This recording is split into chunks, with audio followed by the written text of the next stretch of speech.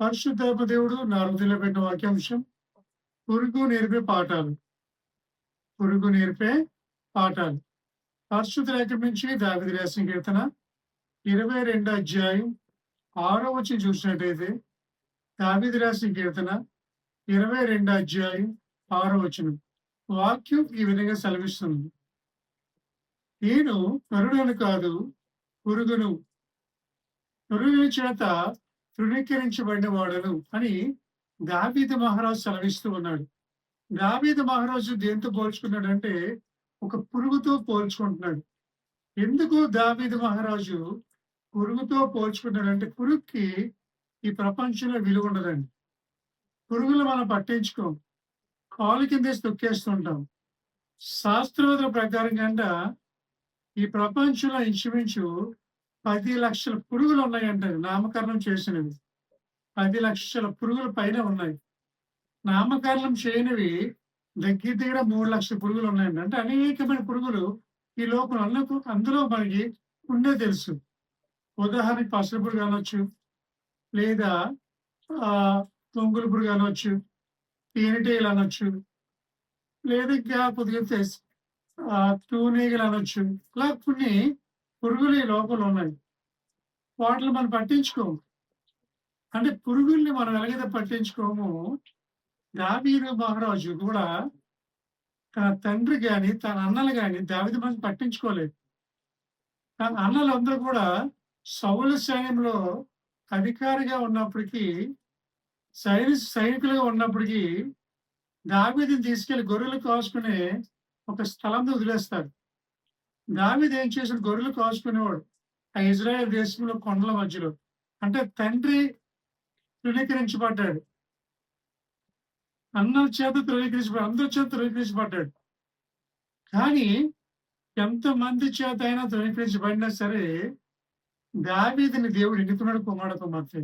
ఈ లోకంలో ఈయన ఎంతమంది చెయ్యన్నా, ఈ లోకంలో ఎంతమంది పట్టించుకోకపోయినా, ఈ లోకంలో ఎంతమందిని తృణీకరించినా, ఎంతమంది నిన్ను హేళన చేసినా, ఎంతమంది నేను చీ అన్నా నువ్వు భయపడవలసిన లేదు. ఎందుకంటే దేవుడు నీకు ఎప్పుడు కూడా తోడుగా ఉండే దేవుడు. ఆమె చెప్తాం ఒకసారి రెడీగా. God is always with you. దేవుడు ఎప్పుడు నీతో ఉంటాడమ్మా. ఈ లోకం అందరూ తృణీకరించిన, అందరూ నీ చీ అన్నా, అందరూ నిన్ను హేళన చేసిన, కట్టుకున్న భార్యని చీ అన్నా, నవమాసాల మోసి కని పెంచిన తల్లిదండ్రులని చీ అన్నా, ఏసే నిన్ను విడిచిపెట్టేవాడు కాదు. ఏ రాయి అయితే పనికిరాదని పడేస్తామో, ఆ రాయే తోలు మొలరాయిగా మారిపోతాడు కుమార్. ఈ లోకమంతా నిన్ను చీ అన్నా, దేవుడు మాత్రం నిన్ను ఎన్నుకునేవాడుగా ఉన్నాడు. God will select you. పరిశుద్ధాత్మ దేవుడిని ఉన్నతమైన స్థానంలో ఉంచుతాడు కుమార్. దావీదు అన్నాడు, నరుడు కాదు పురుగును. ఎందుకంటే నరుల చేత తృణీకరించబడ్డాను, అందరూ నన్ను చీ అన్నారు. కానీ దేవుడు ఏం చేశాడంటే తెలుసండి, అటువంటి దావీదుని తీసుకెళ్లి ఇజ్రాయెల్ దేశం రాజునిగా చేశాడంట. ఆమె చెప్తామా? మనుషులందరూ నేను హేళన చేసిన దేవుడు నేను ఒక ఉన్నతమైన స్థానంలో ఉంచుతాడు కుమార్. యేసేపుని అనలమ్మిన బానిస దేశంలో దేవుడు ఉన్నతమైన స్థానంలో ఉంచాడు. దానియేలు దేవుడు ఉన్నతమైన స్థానంలో ఉంచాడు. లోకమంతా చీయన్న దావీదు మాత్రం వాళ్ళని ఎన్నుకొని ఒక ప్రత్యేకమైన స్థానం వాళ్ళు కల్పించాడు కుమార్. ఆమె చెప్దామా? ఈరోజు నువ్వు దిగులు పడకు, ఎవరిని పట్టించుకోవట్లేదని. దిగులు పడక అందరూ హేళన చేస్తున్నాను. నేను ఏసీని పట్టించుకుంటున్నాడమ్మా. ఏసీ నిన్ను హత్తుకోవాలని ఆశపడుతున్నాడు. ఏసీ నిన్ను ఉన్నతమైన స్థానంలో ఉంచుకోవాలని ఆశపడుతున్నాడు. ఆంశం చెప్దామా ఈరోజు? వాక్యం లేరా? Don't fear, God is always with you. పరిశుద్ధాత్మ దేవుడు నీతోనే ఉంటాడు, నీలోనే ఉంటాడు, నిన్ను ఉన్నతమైన స్థానంలో. అయితే పురుగు నుంచి ఒక 4 విషయాలు ఈరోజు మీతో క్లుప్తంగా చెప్పాలని ఆశపడుతున్నాను. మొట్టమొదటిగా పురుగుకున్న లక్షణం ఏంటంటే, పురుగు బొస్స కొట్టదు. హల్లెలూయా. పురుగు ఏం చేయదు, బొస్స కొట్టదండి. బొస్సు కొట్టడం మీకు తెలుసు. బొస్సులు కొట్టేవి ఏంటి? పాములు బొస్సులో కొడతాయి కదా. బొస్సులు కొట్టే స్వభావం పాముకు ఉంటుందండి, పురుగుకు ఉండదు. ఎందుకంటే బొస్సు ఎందుకు కొడుతుందంటే కోపం వచ్చి కొడుతుందండి. పాముకి చాలా కోపం అండి. చాలా మంది ఏమంటారంటే పాములు పగపడదనుకుంటారు. పాములు ఎప్పుడు పగపట్టవండి. ఎందుకంటే పాములకి మతిమరుపు ఎక్కువ. వెంటనే మర్చిపోతాయండి పాములు. పాములకి ఏమి గుర్తుండవు. కాటేసి ఎళ్ళిపోయి ఎవరిని కాటేసి కొడతాయో తెలీదండి. కానీ బుస్సెందుకు కొడతాయంటే పాముకి విపరీతమైన కోపం. ఆ కోపం వల్లనే పాము బుస కొడతదంట. ఆమె చెప్తామా కుమార కుమార్తె చాలా మంది అనుకుంటారు. కానీ పాముకి కోపం చాలా ఎక్కువ.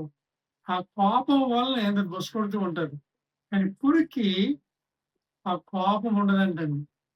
వీళ్ళకు మనుషులకు కూడా చాలా కోపం. విపరీతమైన కోపం అంటే కుమార కుమార్తె. చాలా మందిలో ఈ కోపం వల్లే తన జీవితాలు, తన కుటుంబాలు నాశనం చేసుకున్నారు. కోపం వల్ల నాశనం కూడా తెచ్చుకుంటున్నారు. కోపం వల్లే తన ప్రాణాలను కూడా విడిచిపెడుతున్నారు ఈ లోకంలో. ఒక వాక్యం అండి ప్రియరా. ఈరోజు మీతో మాట్లాడుతున్నాను వాక్యం ద్వారా. ఈరోజు నీకు ఎటువంటి స్వభావం ఉంది? కోపడే స్వభావం ఉందా? ఈ లోకంలో చిన్న పిల్లలు పుట్టిందే మొదలు చనిపోయే ముసలి వరకు ప్రతి ఒక్కరికి కోపం ఉంటదండి. కోపం లేని మనిషి ఈ లోకంలో లేడు. ప్రతి మనిషికి కోపం ఉంటది. చిన్నపిల్లలు మన డాక్టర్ గిలగని ఏం చేసి ఏడుస్తాడు. ఎందుకు ఏడుస్తాడంటే కొడితే కోపం వచ్చి ఏడుస్తాడండి ఎందుకు గిల్లావని. ప్రతి ఒక్కరికి కోపం అండి. కోపం లేదని నువ్వు అబద్ధం అని అర్థం. కాకపోతే ఆ కోపాన్ని కంట్రోల్ చేసుకునేవాడే మహనీయుడు. హల్లెలూయా! కుమార కుమార్తె. You have to control your fear. Your angry. నీకెంత కోపం వచ్చినా ఆ కోపంలో మనం ఏమేమో చేసేస్తూ ఉంటాం. అందుకే పరిశుద్ధాత్మలో ఉంటది ఒక మాట. కీర్తన గ్రంథం 37:8 మాట ఉంటదండి. కీర్తన గ్రంథం 37:8 కోప్పడకుడి, ఆగ్రహము చెందకుడి, వ్యసన పడకుడి. అది కీడికే మూలం. హల్లెలూయా! చూసారా? కోప్పడకుడి, ఆగ్రహము విడిచిపెట్టు. వ్యసన పడకొద్దు. అది కీడికే మూలం. కోప్పడకూడదు. అది కీడికి మూలం. ఆగ్రహం చెందకూడదు. అది కీడికి మూలం. వ్యసన పడకూడదు. అది కీడికి మూలం. కాబట్టి ఎప్పుడు మనం కోప్పడకూడదండి. ఆ కోపము మన జీవితాన్ని పాడు చేస్తది. ఇంకో మంచి మాట ఉంటది. ఎపిసికి రాసిన పత్రిక 4:26లో మంచి మాట ఉంటది. కోపరుడి గాని పాపం చేయకుడి. సూర్యుడు అస్తమించే వచ్చే వరకు ఆ కోపము నిలవనీయకుడి. హల్లెలూయా! కోప్పడండి. కానీ పాపం చేయొద్దు. అంటే అర్థమేంటో మీకు చెప్తాను. మనకి విపరీతమైన కోపం వస్తది కొంతమందికి. ఈ కోపం వాళ్ళు ఏం చేస్తారంటే చేతులు ఏముంటే విరగ్గొట్టేస్తుంటారు కదా! కోపమొస్తే చేతిలో రిమోట్ ఉంటే రిమోట్ నేలకేసి కొట్టేస్తుంటారు. కోపమొస్తే చేతిలో ఏ వస్తువు ఉందో చూడరు. ఆ వస్తువు కిందకేసి కొట్టేస్తారు. కొంత కోపమొచ్చి వాళ్ళే నేలకేసి గాయపరుచుకుంటారు. కొంతమంది కోపమొచ్చి ఇంకా ఎక్కువ పనులు చేస్తారు. కోపమొచ్చి ఇతర మనుషులు గాయపరుస్తారు. చంపేస్తుంటారు కోపమొచ్చి. కొంతమంది కోపమొచ్చి తన తానే ఫ్యాన్ కొట్టేసుకొని చచ్చిపోతారు. అంటే కోపాన్ని కంట్రోల్ చేసుకోలేరు వారు. కొంతమంది కోపమొచ్చి తినడం మానేస్తుంటారు. తినకపోతే ఎవరికి ఆకలేస్తది? మనకే ఆకలేస్తది.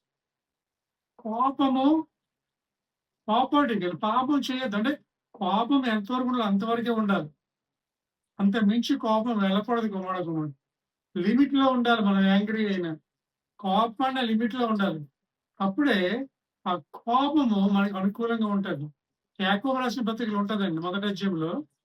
కోపమంట దేవుని చిత్తాన్ని నెరవేర్చదంటండి.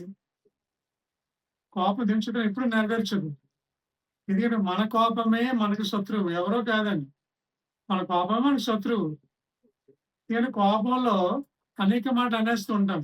కోపం ఇతరులు గాయపరుస్తూ ఉంటాం. మాటల ద్వారా ఇతరులని ఎంతో బాధపెడుతుంటాం కోపం ద్వారా కుమ్మడకుమ. కోపం వచ్చి తిన్న ప్లేట్లు బయటకి ఇసిరేస్తుంటాం. కోపం వచ్చి విపరీతంగా ఇంట్లో తల్లిదండ్రుల మీద మనం కోపపడిపోతూ ఉంటాం. కోపము మన జీవితాన్ని నాశనం చేస్తది. కోపం కుటుంబాలను పాడు చేస్తది. కోపము మన ఐక్యతను పాడు చేస్తది. కుటుంబం ఇంట్లో సమాధానం కోల్పోయేలా చేస్తది. కాబట్టి ఎప్పుడు కోపపడకూడదండి. శాంతం వహించాలి. చాలా మంది యోగా ఎందుకు చేస్తారు? ఫర్ మెడిటేషన్ కదా! ఆ మెడిటేషన్ చేసినప్పుడు అందుకనే ఒక శాస్త్రవేత్త ఉంటాడండి. ఆయన పేరు అరిస్టాటిల్ ఏమన్నాడో తెలుసండి?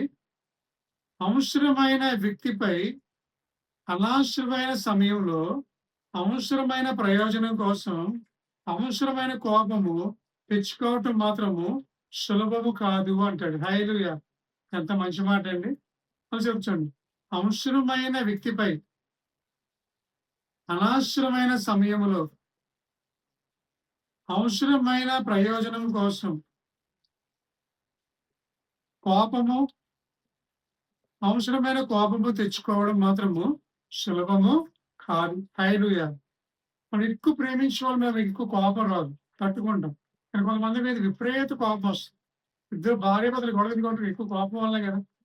ఒక్కోసారి కోపం వస్తే ఇంట్లో ఏముంటే విసిరేస్తూ ఉంటాం. అది మన కంట్రోల్ కాబట్టి టీవీలు పగలగొడతారు కోపం వచ్చి. ఇదిగో టీవీని కొట్టేస్తూ ఉంటారు. మళ్ళీ కొనగలమా వస్తువు? ఇప్పుడు కోపం ఎగ్గొట్టేస్తాం. మళ్ళీ కొని ఎక్కడి నుంచి వస్తాయి? డబ్బులు ఉండాలి కదా! కొంతమంది సెల్ ఫోన్ అలిగిసి బాధేస్తారు. ఆ సెల్ ఫోన్ ఎంత ఖరీదు? మళ్ళీ కొనగలమా? కోపంలో మనం చేసే పని ఏమవుతుందంటే వస్తువు రాకుండా చేస్తది గుమ్మడి. కాబట్టి కంట్రోల్ చేసుకో. Control your self. పాపం చేయొద్దు. కోపం లేని పాపం చేయొద్దు. ఉదయం కోపం వచ్చిందా? ఇద్దరు కోప్పడండి. శుభ్రం తన్నుకోండి. సాయంత్రానికి పిచ్చుకెళ్ళిపోండి. హ్యాపీగా ఉండండి. అంతవరకు కోపడి మళ్ళీ ఫోన్ చేసి శుభ్రంగా. కానీ ఆ కోపము ఎంతవరకు వెళ్ళిపోతుందండి కుటుంబాలు విడిపోయే స్థాయికి వెళ్ళిపోతుంది. కాబట్టి కోపం ఎంతవరకు ఉండాలో అంతవరకే ఉండాలి. అప్పుడు ఆ కోపము దేవుని చెప్తే నెరవేరుస్తుంది. లేకపోతే కోపం దేవుని చెప్తే నెరవేర్చు. కుమారకుమార్ ఏసీ కూడా కోపం వచ్చిందండి. కానీ ఎందుకు వచ్చింది? ఆలయాన్ని పాడిచినప్పుడు కోపం వచ్చింది ఏసై. ఏసేపుని అన్నలు అనిపిస్తారండి. కానీ ఏసేపుకి ఎప్పుడు అన్నల మీద కోపం లేదు. చూసారు ఎంత శాంతమో ఏసేపు. కుమారకుమార్తె మనకు కూడా అంత శాంతం కలిగి ఉండాలి. ప్రశాంతంగా ఉండాలి. సో జరిగిన సంఘటన మీతో పంచుకుంటాను. ఒక వ్యక్తి ఒక కారు కొన్నాడండి. మంచి కారు. అయితే ప్రతిరోజు కొత్త కారు ఎలా తీసుకుంటే మీకు తెలుసు కదా! ప్రతిరోజు కారు తుడిసేవాడు, శుభ్రంగా ఉంచేవాడు. ఆ కారుకి కావాల్సినవన్నీ శుభ్రంగా సమకూర్చేవాడు. సో ప్రతిరోజు సాయంత్రం తుడిచేవాడు కారుని. నీళ్ళతో కడిగేవాడు. అయితే ఒక బాబు ఉన్నాడు. ఆ బాబు ఏం చేశాడంటే సాయంకాల సమయంలో ఆ కారు మీద పిచ్చి గీతలు ఏవో పెడతాడంట. పిచ్చి గీతలు పెడుతుంటే తండ్రి చూసాడు ఆ కొడుకుని. చూసి తండ్రికి విపరీతమైన కోపం వచ్చింది తండ్రికి. ఎందుకంటే మరి కొంచెం కొత్త కారు గీతల మీద ఎవరికైనా కోపం వస్తుంది కదా! ఆ తండ్రికి కోపం వచ్చింది. కోపం వచ్చింది. ఎంత కోపం వచ్చిందంటే ఇక చంపేయాలని స్థాయికి వెళ్ళిపోయాడు. అంత కోపం వచ్చింది. ఈలోపు ఏం చేసిన తండ్రి ఇక్కడ చిన్న రాడ్ ఉంది. నా కారు మీద గీతలు పెడతామని తీసుకెళ్ళి కోపంతో ఆ కొడుక్కి గట్టి కొడాడంట. కొడుకు తెలిసి కళ్ళకి తగిలి కొడుకు ఎక్కడికైనా పడిపోయాడు. వెంటనే కొడుకుని హాస్పిటల్ తీసుకెళ్ళాడు తండ్రి. డాక్టర్ అన్నాడు, నాకు ఒక్కగానొక్క కుమారుడు. మీరు ఎలాగైనా నా కొడుకుని ఏం చేయాలి? రక్షించండి, కాపాడండి చెప్పి బ్రతిమాలుతానండి కొడుకుని. ఆయన డాక్టర్‌ని. సరే మా ప్రయత్నం చేస్తామని తీసుకెళ్ళి ఆపరేషన్ చేసి తీసుకెళ్ళారు. తండ్రి బయట వెయిట్ చేస్తున్నాడు కొడుకు తిరిగి వస్తాడని. ఈలోపు డాక్టర్ బయటకొచ్చాడు. ఏంటి మా కొడుక్కి ఎలాగుంది? ఆపరేషన్ అయిపోయింది అన్నాడు. వెంటనే డాక్టర్ ఒకటే మాట అన్నాడు. సారీ అండి. మీ కొడుక్కి తల మీద బలమైన గాయం తగలడం వలన అతను కోమాలోకి చనిపోయాడు. సారీ అని చెప్పి వెళ్ళాడండి. వెంటనే తండ్రి అక్కడ కింద పడి ఏడడం స్టార్ట్ చేశాడు. అతన్ని ఎవ్వరిని ఓదార్చలేపారు కుమారుడు. చూసారా? కోపంలో తన కొడుకుని అతను పోగొట్టుకున్నాడు. అది పాపం చేయడం కుమారుడు. Control your self. కొంతమంది పాపంలో బూతులు మాట్లాడేస్తుంటారు. కోపంలో తిట్టేస్తుంటారు. క్రైస్తవ విషయం మర్చిపోతూ ఉంటాం. You should control your self. కానీ మొట్టమొదటిగా మనం పురుగు వల్ల ఎలా ఉండకూడదు? గుస్సలు కొట్టకూడదు. రెండో దగ్గరికి వెళ్దాం. పురికి వెన్నెముక్క లేదు. హల్లెలూయా! పురికి ఏముండదు? వెన్నెముక ఉండదు. మీరు చూసారా వెన్నెముక? పురికి వెన్నెముక ఉండదు. కుమారుడు. మనుషులకి వెన్నెముక ఉండదు కానీ పురికి వెన్నెముక ఉండదు. కాబట్టి పురుగు ఎలాగైనా వెళ్ళిపోతూ ఉంటది. వంక టెంకరగాను. కుమారుడు గుంటూరుగా ఉండదు. అంటే వెన్నెముక దేని సూచనగా ఉందంటే క్రైస్తవ జీవితంలో స్వచిత్తానికి సాదృశ్యంగా ఉంది. స్వచిత్తం ఏంటంటే కొంతమంది తన చిత్తాన్ని చేస్తూ ఉంటారు. దేవుని చిత్తాన్ని నెరవేర్చుతూ వాళ్ళకి నచ్చినట్టు లోపల జీవిస్తూ ఉంటారు. వాళ్ళు నచ్చినట్టు లోపల వెళ్ళిపోతుంటారు. నేను ఇలాగే ఉంటాను. నేను ఈ పనులే చేస్తాను. నువ్వు నాకు చెప్పడం ఏంటి? నాకు తెలియదు ఎలా బతకాలో అని చాలా మంది అంటుంటారంట. కుమారుడు. మనం దేవునికి అనుకూలంగా ఉన్నాం కాబట్టి దేవుని చిత్త ప్రకారం మనం నడవాలి. ఈ లోకంలో మనం ఎందుకు పుట్టాం? ఈ లోకంలో మనం ఎందుకు వచ్చాం? ఈ లోకంలో ఎందుకు జీవిస్తున్నాం? అనేది మనం తెలుసుకొని జీవించాలి. ఇర్మియా నువ్వు గర్భములో ఉన్నప్పుడే నేను నిరూపించబడ్డాను. నువ్వు బాలుడు అనవద్దు ఇర్మియా అంటాడు. దేవుడు ఇర్మియాని గర్భంలో ఉన్నప్పుడే రూపించుకున్నాడు. అలాగే నిన్ను కూడా ఈ లోకంలో రాకముందే ఒక ప్రణాళికతో ఈ లోపలికి తీసుకొచ్చాడు. దేవుడి చిత్తాన్ని ఇప్పుడు నెరవేర్చాలని వేసి ఆశపడుతున్నాడు. కానీ ఈ లోపల చాలా మంది తన స్వచిత్తాన్ని ఆలోచిస్తూ ఉన్నారు. అది వెన్నెముక గురించి మాట్లాడుతుంది. ఇంకొక మాట్లాడుతుంది. స్వచిత్తం దేవుని చిత్తం ఏంటి తెలుసుకొని ఈ లోపల మనం జీవించాలి. ఏసీ అంటాడు కదా, యోహాను సువార్త 4:34 అంటాడు, నా తండ్రి చిత్తం నెరవేర్చటము నాకు భోజనము పానీయములు ఉన్నాయి అంటాడు దేవుడు. నా తండ్రి ఎందుకు పంపించాడు? తన చిత్తం నెరవేర్చడమే. నాకు భోజనమును పానీయములై ఉన్నాయి. హల్లెలూయా. తండ్రి లోపల ఎందుకు వచ్చాడు మీకు తెలుసు కదా. ఏసీ లోపలికి వచ్చింది ఒకటే కారణం, నశించిపోతున్న ఆత్మను రక్షించడానికి, మన కోసం చనిపోవడానికి, తన ప్రాణాన్ని శిలువ మీద అర్పించడానికి, సమస్తము నలగొట్టుకొని మనకు చనిపోవడానికి లోపలికి వచ్చాడు కుమారుడు. దేని కొరకు ఏసీ లోపలికి రాలేదు. ఆయన సంపాదించుకుని రాలేదు. ఆస్తిపాస్తుల కోసం రాలేదు. మేడ మిద్దుల కోసం రాలేదు. ఆయన వచ్చింది చనిపోవడానికి మాత్రమే. Hallelujah. He came to die in the world. ఆయన చనిపోవడానికి మాత్రమే వచ్చాడు తప్ప దేనికి రాలేదు కుమారుడు. ఇది నువ్వు గమనించాలి. పరిశుద్ధ మాట్లాడుతున్నాడు. దేవుని చిత్తాన్ని తెలుసుకో. మన బిడ్డల పట్ల దేవుడి చిత్తం కలిగి ఉన్నాడు. పరిశుద్ధాత్మ దేవుడు నీ పట్ల ఏ చిత్తాన్ని కలిగి ఉన్నాడు, నీ జీవితంలో ఏం చేయాలనుకున్నాడు యేసయ్య, అది నువ్వు ఒకసారి ఆలోచించుకోమాడుకున్నాడు. దేవుడు నీ పట్ల ఒక చిత్తాన్ని, ఒక ప్రణాళికని కలిగి ఉన్నాడు. ఆ ప్రణాళిక నీ జీవితం దేవుడు నెరవేర్చాలి అని ఆశపడుతున్నాడు. హల్లెలూయా. మనం చెప్తామా? God brought into the world to fulfill their will. పరిశుద్ధాత్మ దేవుడు ఆయన చిత్తాన్ని నెరవేర్చే లోకానికి తీసుకొచ్చే తప్ప వేరే ఉద్దేశంతో ఈ లోకం నిన్ను తీసుకురాలేదు. హల్లెలూయా.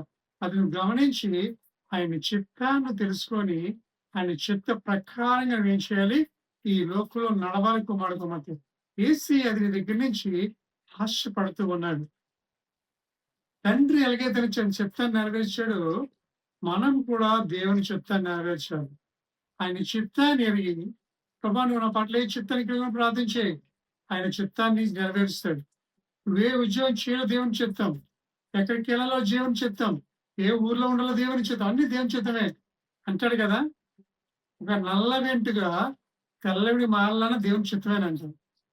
ఇలాగే ఒకసారి ఒక దైవజనులు వచ్చి, ఒక విశ్వాసం వచ్చి అన్నది, అయ్యారు మీరు ప్రార్థించే జ్వరాలు తగ్గిపోతాయి కదా, మీరు ప్రార్థన చేస్తే అద్భుతాలు జరుగుతాయి కదా, మీరు ప్రార్థన చేస్తే అనుకుని జరిగిపోతున్నాయి కాబట్టి నాకు కోరుకుంది, అది మీరు ప్రార్థన చేయాలన్నాను. ఏం చేయలేమన్నాను. ఏమీ లేదు అయ్యారు, ఇప్పుడు నాకు తెల్లటి వచ్చేస్తున్నాయి, మీరు అర్జున్ నల్లగా చేసేయాలన్నాను. అది ఏటో చేయాలన్నాను. నల్ల వెంటలు తెల్ల వెంటలు నల్లగా అయిపోవాలి, మీరు ఏం చేయాలో తెలియదు, ప్రార్థన చేసి జరగాలి, లేకపోతే ఊరుకున్నాను. మీరు ఊరుకోపోవడం నేను చేయలేనమ్మా పని నా వల్ల కాదంటే, లేదు దగ్గర ఎలాగైనా చేయాలని. ఎందుకు చేయాలని అడుగుతున్నాను మళ్ళీ. ప్రార్థన జ్వరం తగ్గుతుంది కదా, ఎందుకు తెల్లవెంటికి నల్లవెంటికి అవ్వవు అని నా గంట సేపు వాదించింది నాతో. నేను అన్నానమ్మా, ఆ శక్తి నాకు ఉంటే ముందు నా తెల్ల వెంటికలు నల్లగా చేసుకుంటాను కదమ్మా, అది దేవుని చిత్తం కాదని ఆమె పంపించాను కుమారుడు. కొంతమంది అలా ఉంటారు. దేవుని చిత్తం లేకుండా ఈ లోకంలో ఏమీ జరగదు. కాబట్టి దేవుని చిత్తానికి అప్పగించండి. అది మీ పిల్లల వివాహం విషయంలో దేవుని చిత్తానికి అప్పగించండి. మీ ఆత్మీయ జీవితంలో దేవుని చిత్తానికి అప్పగించండి. అప్పుడే మీ జీవిత దేవుడు గొప్ప కార్యాలు చేస్తామి. రామి చెప్తాం. మూడో దానికి వెళ్తాను. పురుగు విరగదు. హల్లెలూయా. పురుగు ఏమవుదండి? విరగదండి. విరగబడ అంటే వంగిపోవడం. కుమారుడు పురుగు ఇప్పుడు కూడా వంగిపోదు. పురుగు ఏంటంటే వంగిపోసం వెనుకోకూడదు కాబట్టి వంగిపోతే దిగుపడదు. పురుగు ఎప్పుడు కొట్టదు తెలుసండి, మనం వంగిపోతే పురుగు కొట్టదు, వంగితేనే పురుగు కొడదు. మనం వంగుకుండా నిల్చుకుంటే నిలబడితే పురుగు కొడుతుందండి. వంగుంటే ఎప్పుడు పురుగు కొట్టదు. హల్లెలూయా. పురుగు ఎప్పుడు కొట్టదండి. కుమారుడు వంగితే ఎప్పుడు కొట్టదంట. కాబట్టి మనకు కూడా కొన్ని విషయంలో వంగాలి దేవుని దగ్గర. అన్నాడు కదా, ప్రతి మోకాలు ఆయన దగ్గర ఏమవ్వాలి? వంగాలి. దేవుని దగ్గర వంగడం అంటే మనం తగ్గించుకోవడం అర్థం అండి. మోకాలు దేవుడు తగ్గించుకోండి. అది మనం తెలుసుకుంటే చాలు కుమ్మడి. అదే మొదటి కొరింథీయులకు రాసిన పత్రిక 9వ అధ్యాయం 19 చివరి వరకు చూస్తే అక్కడ ఉంటది కదా! అక్కడ అంటాడు మంచి మాట. తను ఇట్టూరుగా నిలబడే మనల్ని కోటేస్తుంది. మనము కాసేపు పొంగిపోతే అది మన మీద నుంచి వెళ్ళిపోతుంది. అలాగే మనం కొన్నిసార్లు కొన్ని పరిస్థితుల్లో బట్టి మనం ఏం చేయాలి? నడుచుకోవాలి. హల్లెలూయా! హల్లెలూయా! కుమార్తె పరిశుద్ధాత్మ దేవుడు మనతో మాట్లాడుతూ ఉన్నాడు. పొంగిపోయే స్వభావం మనలో ఏముండాలి? ఉండాలి కుమారుడు. పొంగిపోయే స్వభావం ఉంటే చాలు. మన జీవితంలో గొప్ప కార్యము చేస్తాడు. కొన్ని విషయంలో ఉండాలి దేవుని దగ్గర. అంటే మనం ఎక్కడ ఎలా నడవాలో అలాగే నడవాలండి. దేవునితో ఎలా ఉండాలి, మనుషులతో ఎలా ఉండాలి, ఈ లోకంలో ఎలా ఉండాలి. అలా ఉంటేనే మనం ఇంకా బలపడతాం. కుమారుడు మనుషులుగా స్వభావం ఉంది. కొంతమంది ఉంటారు కదా, ఇక్కడ ఒకలాగా, అక్కడ ఒకలాగా మాట్లాడుతుంటారు. మోసం వెళ్ళిన రంగులు మారుస్తుంటారు. ఆ స్వభావం మనుషులకు ఉంటుంది. కానీ దేవునికి స్వభావం ఉండదు. ఒకవేళ ఉంటాడు ఆయన. నిన్న, నేడు, నిరంతరం ఉన్న వ్యక్తి ఎవరంటే యేసే ఒక్కడు మాత్రమే. కుమారుడు పరిశుద్ధ దేవుడు మాత్రం అలా ఉంటాడు ఈ లోకంలో. ఈ రోజు నువ్వు వాక్యం వింటున్నావు కదా, ఒకసారి ఆలోచించు కుమారుడు నువ్వు ఎలా ఉన్నావు ఈ రోజు ఆత్మీయ జీవితంలో. పరిశుద్ధాత్ముడు నీతో మాట్లాడుతూ ఉండేగా ఈ ఆత్మీయ జీవితంలో ఎలా ఉన్నావు, నువ్వు ఏ విధంగా నడుస్తున్నావు ఈ ఆత్మీయ జీవితంలో ఈ లోకంలో. కుమారుడు యేసే నీతో మాట్లాడుతున్నాడు. పరిశుద్ధాత్మ దేవుడు స్పష్టంగా వాక్యం ద్వారా నీతో మాట్లాడుతున్నాడు. నువ్వు ఏ స్థితిలో ఉన్నా, ఏ పరిస్థితిలో ఉన్నా వాక్యాన్ని నడుచుకో. దేవుని ప్రకారం నడుచుకో. ఆయన ఖచ్చితంగా అద్భుతాలు చేస్తాడు. ఆశ్చర్యకార్యాలు చేస్తాడు. ఊహించిన మేలు నీ జీవితంలో చేస్తాడు కుమారుడు. అదే అంటున్నాడు. పురుగు ఎప్పుడు కూడా విరగదు. మనం వంగిపోవాలి దేవుని దగ్గర, మనం తగ్గించుకోవాలి దేవుని దగ్గర. ఇప్పుడు దేవుడు మనం ఉన్నతం సంస్థలు. 4 చెప్పి ముగిస్తాను. పురుగు బండ క్రింద మరుగే జీవిస్తుంది. హల్లెలూయా! పురుగు ఎక్కడ జీవిస్తుంది? బండ కింద మరుగై జీవిస్తుంది. గలతీయులకు రాసిన పత్రిక 2:8 అంటాడు కదా, నా క్రీస్తు నాలో జీవిస్తున్నాడు అంటాడు ఆయన. నాలో ఉన్నది క్రీస్తు అంటాడు అపోస్తలుడైన పౌలు. గలతీయులకు 2:20 అంటాడు కదా, నాలో ఉన్నది క్రీస్తే. కుమారుడు పౌలు దేవుణ్ణి ఆశ్రయించాడు. మనకు కూడా దేవుణ్ణి ఆశ్రయించాడు. పురుగులు బండ క్రింద ఉంటాయి. బండ క్రింద అంతా క్షేమంగానే ఉంటాయి కుమారుడు. క్రైస్తవులు దేవుని నీళ్ళలో ఉన్నందుకు క్షేమే. దేవుని నీళ్ళలో ఉన్నందుకు ప్రశాంతంగా ఉంటారు. దేవుడి నీళ్ళలో ఉన్నందుకు ఆనందంగా ఉంటారు. ఎప్పుడైతే దేవుడి నీళ్ళ బయటకు వస్తారో వాళ్ళకి ప్రశాంతత అనేది ఉండదు. హల్లెలూయా! ఆమె చెప్తామా. మహోన్నతిని చోటు నివసించేవాడే, సర్వశక్తిగల విశ్రమించేవాడు. ఆయనే నా ఆశ్రయము, నా కేడము, నా కోట, నేను నమ్ముకున్న దేవుడు అని కీర్తనకారుడు 9 కీర్తనలు అంటాడు కుమారుడు. మనం ఇప్పుడు కూడా బండ క్రింద ఉండాలండి. బండ క్రింద నివాసం చేయాలి. యేసుని ఆశ్రయించాలి. యేసు మీద ఆనుకొని ఉండాలి. దేవుని మీదే జీవించాలి. అప్పుడు దేవుడు మన జీవితంలో అనేకమైన అద్భుత కార్యాలు చేస్తాడు. నామే చెప్తామా. ఈరోజు నువ్వు ఎవరిని ఆశ్రయించావు? కప్పలు పామును ఆశ్రయిస్తాయి. పాము ఏం చేస్తుంది? కప్పలు మింగేస్తుంది అంట. మనం కూడా సాతాను ఆశ్రయించామనుకోండి, అది ఎవరిని మింగుదామా అని ఎదురు చూస్తున్నాడు సాతాను. తను ఏడికి వెళ్ళామంటే అది మింగేస్తుంది. కాబట్టి ఎప్పుడు కూడా యేసే నీళ్ళలో ఉండాలి. యేసే రెక్కల చోటున ఉండాలి. యేసే నీళ్ళలో ఉంటే నీకు క్షేమం. యేసే నీళ్ళలో ఉంటే నీకు ఆశీర్వాదం. యేసే నీళ్ళలో ఉంటే నీకు అభివృద్ధి కుమారుడు. కాబట్టి ఈరోజు మనం యేసేని ఆశ్రయిద్దాం. యేసే నీళ్ళలోకి వెళ్దాం. ప్రభా నువ్వు ఉన్న ప్రభా అందాం. ప్రభా నువ్వు లేకపోతే నేను లేని ప్రభా అందాం. నువ్వు గొప్ప కార్యాలు మీ జీవితం జరిగించిన కాకుండా ఈ వాక్యం మీకు ఫలపడుతున్నట్టయితే, ఈ వాక్యం మీకు ఆశీర్వాదకరమైనట్లయితే నాతో పాటు ప్రార్థనలు ఏకీభవిస్తారా? మీ కొరకు, మీ కుటుంబాల కొరకు మీ రోజు ప్రత్యేక ప్రార్థన చేయాలని ఆశపడుతున్నాను. ప్రతి ఒక్కరు కూడా మీరు ఏ స్థలంలో ఉంటే ఆ స్థలంలో మోకరించండి. మీ కొరకు, మీ కుటుంబాల కొరకు, మీ క్షేమాభివృద్ధి కొరకు మీ కొరకు ప్రార్థన చేస్తాం. ప్రతి ఒక్కరు ఎక్కడి నుంచి వాక్యం ఉన్నారో తెలియదు కానీ మీరున్న స్థలంలో మోకరించండి. నాతో పాటు మీరు ప్రార్థనలు ఏకీభవించండి. మీ కొరకు, మీ కుటుంబాల కొరకు నేను మీ కొరకు ఈరోజు ప్రత్యేకంగా ప్రార్థన చేయాలని ఆశపడుతున్నాను. ప్రార్థన చేద్దాం. పరిశుద్ధులు పరిశుద్ధులు పరిశుద్ధులని దూతలతో భక్తులతో కొనియాడబడుచున్న యేసే నీకు వందనాలు. ప్రభా ఈ రాత్రి ఉదయకాల సమయంలో వాక్యం ద్వారా మాతో మాట్లాడాను. నిజమే తండ్రి. పురుగు ద్వారా అనేక విషయాలు నేర్పించావు నాయన. ప్రభా పురుక్కి ప్రభా బుస్కుటి స్వభావం ఉండదు. పురుక్కి ప్రభా వెన్నెముక ఉండదు. పురుగు విరిగిపోయే మనస్తత్వం కాదయ్యా. పురుగునైనా బండ క్రింద ఆశ్రయిస్తుంది. ఇటువంటి స్వభావాలు మాకు దయచేయండి ప్రభా. ఎంతమంది వాక్యం విన్నారు ఈ వాక్యం వారి జీవితం ఫలింప చేయండి ప్రభా. ఈ వాక్యంలో వారి జీవితాల్లో ఈ వాక్యం ద్వారా వారి కుటుంబాలకు కూడా సాయం దయచేయండి ఆయన ప్రభా. ఈ వాక్యం మంచి మీద నిలబడినంతగా చేయి ప్రభా. 30 60 పూర్వంతులుగా ఫలింప చేయండి మీరే ప్రభా. ఈ వాక్యం ద్వారా అనేక అద్భుతాలు జరిగించండి ఆయన ప్రభా. నేను ప్రభా ప్రతి కుటుంబాన్ని కట్టండి. ప్రతి కుటుంబంలో శాంతి సమాధానం దయచేయండి ప్రభా. ఈ వాక్యం ద్వారా ప్రతి కుటుంబాలు నడిపించమని ఈ చిన్న ప్రార్థన ప్రభా యేసుక్రీస్తు పరిశుద్ధ నామములో వినయంతో ప్రతిఫలం వచ్చిన తండ్రి ఆమేన్. యేసు రక్తమే జయం, శివుడు రక్తమే జయం. యేసు సంపూర్ణ విజయం గాక, అపవాదికి నాశనంతం కలుగును గాక. ఆమేన్ ఆమేన్ ఆమేన్. మన తండ్రి ప్రేమ, కృపాని కృప, పరిశుద్ధాత్మని సహవాసం ఇప్పుడు మన కుటుంబాలకు ఈ వాక్యాన్ని ప్రతి ఒక్కరి మీద ఆయన శాంతి సమాధానం గురించి ప్రకాశమైన వెలుగు మన కుటుంబాల మీద అధికముగా ప్రకాశింపచేయునుగాక. ఆమేన్ ఆమేన్ ఆమేన్. మనిషి పేర నేను మీ సహోదరుడు సంతోష్ కుమార్. మాది నూతన ఎరుషలేము ప్రార్థన మందిరం.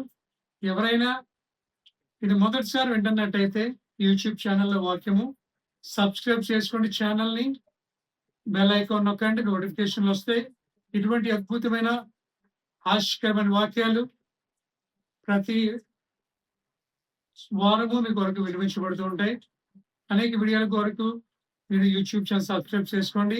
అదేవిధంగా మా సంఘాన్ని దర్శించాలనుకుంటే మిమ్మల్ని అందరినీ ప్రేమతో ఆహ్వానిస్తూ ఉన్నాం. మా సంఘం ఆరాధన ఉదయం 8:30 నుంచి 10 వరకు ప్రతి ఆదివారం ఉంటుంది. అలాగే సాయంత్రము 5 నుంచి 7 వరకు యవనస్తులు కూడుకు ఉంటుంది. ప్రతి శుక్రవారము సాయంత్రం 7 నుంచి 8 వరకు ఉపవాస ప్రార్థన సంఘం జరుగుతుంది. స్పష్టత ప్రార్థన జరుగుతున్నాయి. ఆ రోజు ప్రత్యేకమైన వాక్యం వినిపించబడుతుంది. ఆశ్చర్యకరమైన వాక్యాలు వినిపించబడుతుంది. కాబట్టి ఎవరు మిస్ అవ్వద్దు. ఇటువంటి అద్భుతమైన సమయాన్ని దేవుడు మనకి ఇచ్చిన అమూల్య సమయాన్ని మిస్ అవ్వద్దు. మా సంఘాన్ని దర్శించండి. మా సంఘ క్షేమం కొరకు మీరు ప్రార్థనలో ప్రార్థన చేయండి. మా సంఘ అభివృద్ధి కొరకు ప్రార్థన చేయండి. ముఖ్యంగా ఒకవేళ మీరు మా సంఘాన్ని దర్శించాలనుకున్నప్పుడు మా వాట్సాప్ నంబర్ స్క్రీన్ మీద ఇవ్వబడి జరుగుతుంది. అలాగే మా అడ్రస్ డీటెయిల్స్ కూడా సంఘం మీద ఇవ్వబడుతుంది. కాబట్టి స్క్రీన్ మీద ఇవ్వబడుతుంది. మా సంఘాన్ని దర్శించండి. ముఖ్యంగా ఒకవేళ మా సంఘకి మీరు ధన సాయం చేయాలనుకున్నప్పుడు ఒక దర్శన భాగాలు పంపించాలన్నా, మీ గుప్పుట్లు విప్పాలన్నా మా ఫోన్ పే నెంబర్ స్క్రీన్ మీదగా ఇస్తుంటుంటాం. కాబట్టి మీ ఫోన్ పే ద్వారా మీ అమూల్యమైన కానుకలు, అతి విలువైన కానుకలు మా సంఘాన్ని పంపించండి. మీ కొరకు మీ కుటుంబాల కొరకు ప్రత్యేకంగా ప్రార్థన చేస్తాం. అదేవిధంగా మీ ఇచ్చే ప్రతి కానుక సంఘ క్షేమం కొరకు, సేవ అభివృద్ధి కొరకు ఉపయోగిస్తాం. గమనించాలి. కాబట్టి మాది పేద సంఘం, తక్కువ మంది వచ్చే సంఘం కాబట్టి మీ ప్రోత్సాహం చాలా అవసరం. కాబట్టి ప్రతి ఒక్కరు కూడా మీ గుప్పుళ్ళు విప్పి మాకు మీ అవసరాలు మాకు తీర్చండి. సంక్షేమం కొరకు ఫోన్ పే ద్వారా మాకు అమౌంట్ పంపించండి. ముఖ్యంగా మా కొరకు మా సంఘం కొరకు ప్రార్థన చేయండి. మీకు మీ కుటుంబాల కొరకు మేము ప్రార్థన చేస్తాం.